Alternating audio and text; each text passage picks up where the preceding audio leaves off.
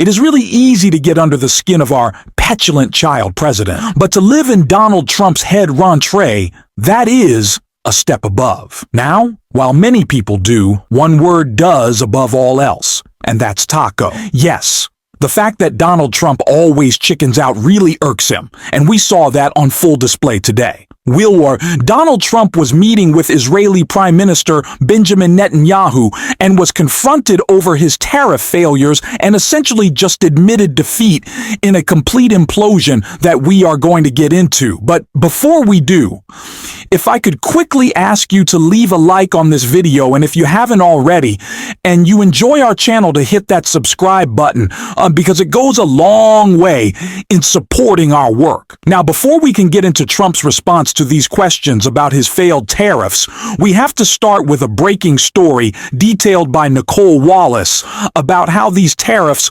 aren't even really real. Several announcements in the next 48 hours. And Joe, I think what President Trump is concerned about is the quality of the deals, not the quantity. My mailbox was full last night with a lot of new offers, a lot of new proposals. So it's going to be a busy couple of days. But importantly, too, that President Trump has said that the countries would not go back to the reciprocal rate until August 1st. Hi again, everybody. It's now 5 o'clock in the East with the 90 deals in 90 days deadline just 2 days from right now. Donald Trump's officials have moved the goalposts with a new message, new spin, a new August 1st deadline for those 90 deals in, well, not 90 days anymore. Just this afternoon, White House Press Secretary Karoline Leavitt confirmed that Donald Trump will make that change official with an executive order. The shifting timelines are leaving many of America's trade partners with more questions than answers. But there is one thing that is abundantly clear. Donald Trump thinks the tariff game is just that, a game, and that it looks good on him.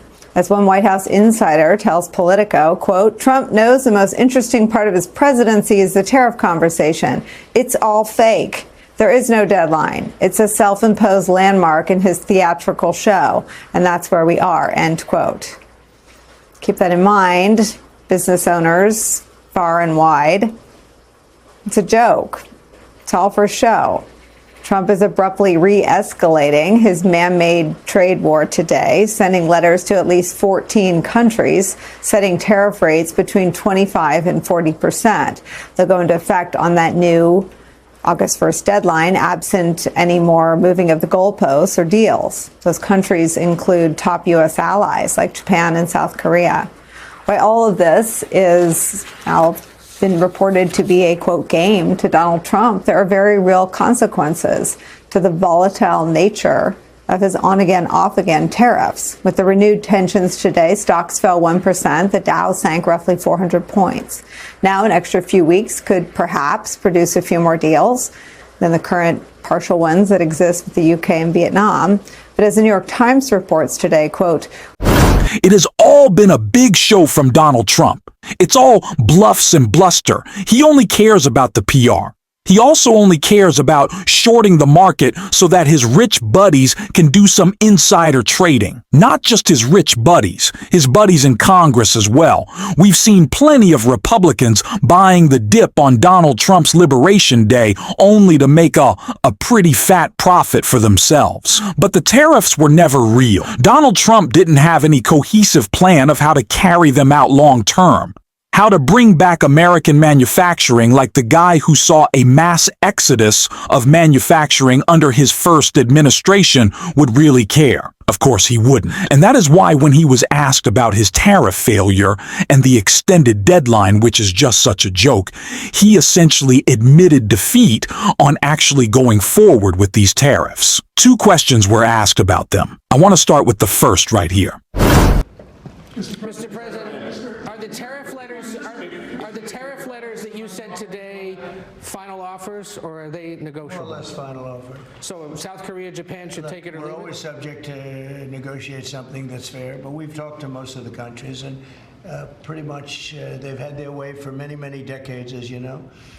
And it was time that we just wanted fairness. This is not really equitable from our standpoint, because it's just a small token by comparison to the damage that's been done over the years. But we had no other president that was willing to do this. I did it in my first term with China and others.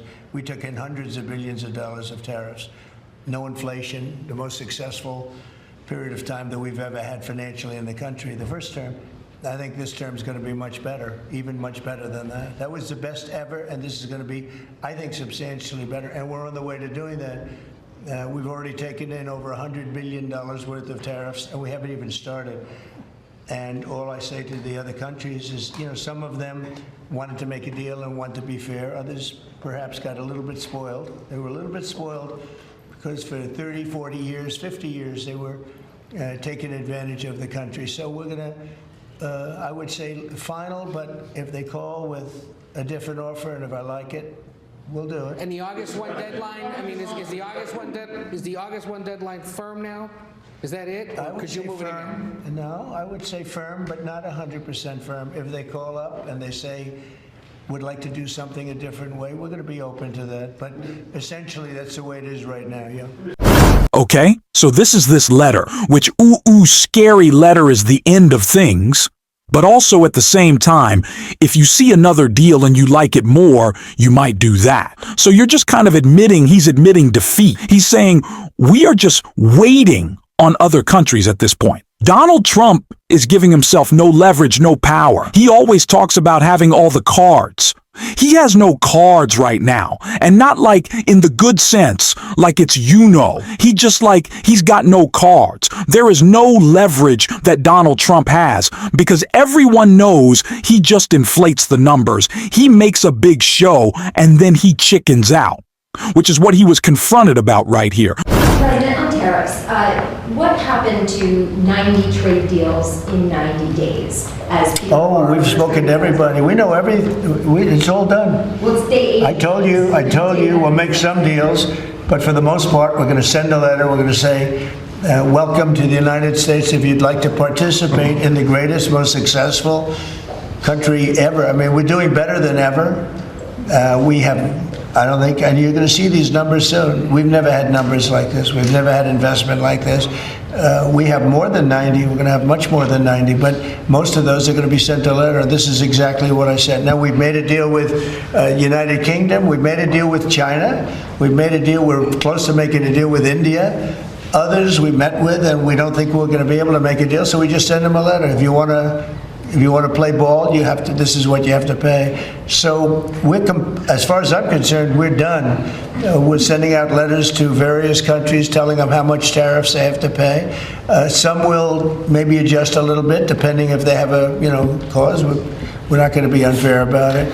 And actually, it's a small fraction compared to what we should be getting. We could be asking for much more, but for the sake of relationships that we've had with a lot of really good countries, we're doing the way I do it.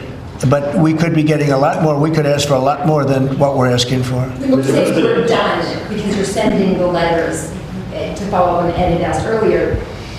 You're counting these as deals by saying, here's the tariff rate we're going to charge. I'm saying, here it is. Congratulations. Welcome to the United States. I hope you make a lot of money, and you're going to pay us money.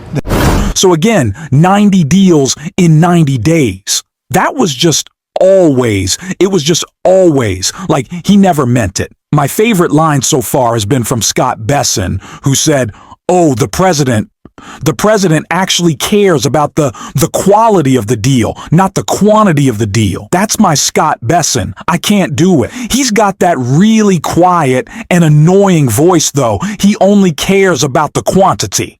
The whole thing was quantity. It was 90 deals in 90 days. You don't say that unless you care about the number in the show, which of course is all Donald Trump cares about.